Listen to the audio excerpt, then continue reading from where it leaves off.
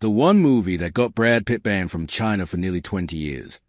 Brad Pitt has enjoyed a career comprised predominantly of soaring highs, a level of success that has made him one of the most prominent actors in Hollywood.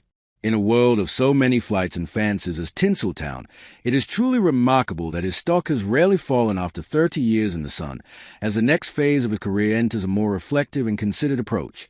Aside from being a dexterous actor who has featured in projects ranging from big-budget action flicks to art house titles, Pitt's personal life, and his high-profile marriage to Angelina Jolie, has often caused more headlines than his work itself. Their partnership saw them become the definitive power couple and embark on a spree of philanthropy that only further enhanced their stock. However, Brangelina is no more, with Pitt now concentrating on acting and, most recently, making a segue into visual art.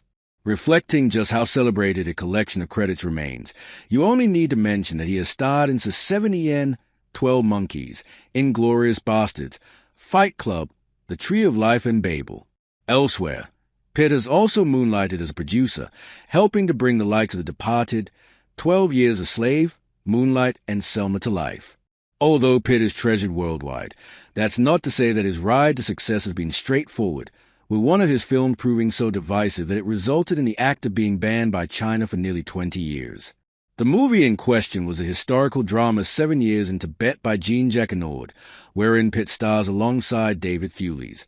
The movie is based on the Austrian SS sergeant and mountaineer Heinrich Haar's 1952 memoir of the same name, a story which details his experiences in the country between 1944 and 1951.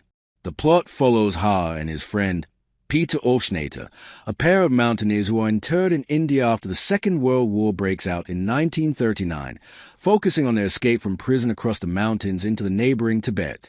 After a while, the two men are welcomed into the holy city of Lhasa and assimilate into the local way of life.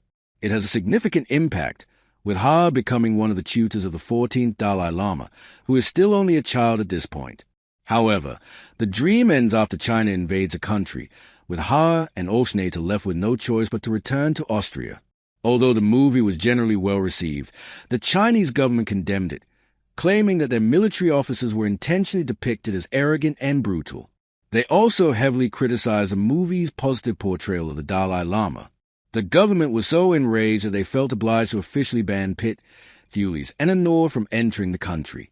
The director was eventually granted access in 2012 in order to chair the jury of the 15th Shanghai International Film Festival. However, Pitt had to wait a while longer.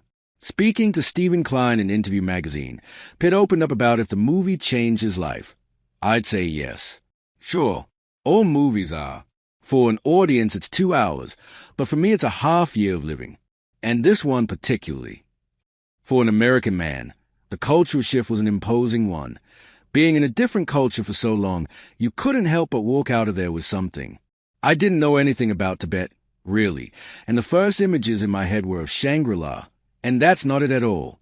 You just get these notions of an oasis in the middle of this violent world, but it's the people who make it a Shangri-La, not the land. The ban was lifted in 2016 when Pitt's film Allied was released because a Chinese company, Hua Media, partially financed it.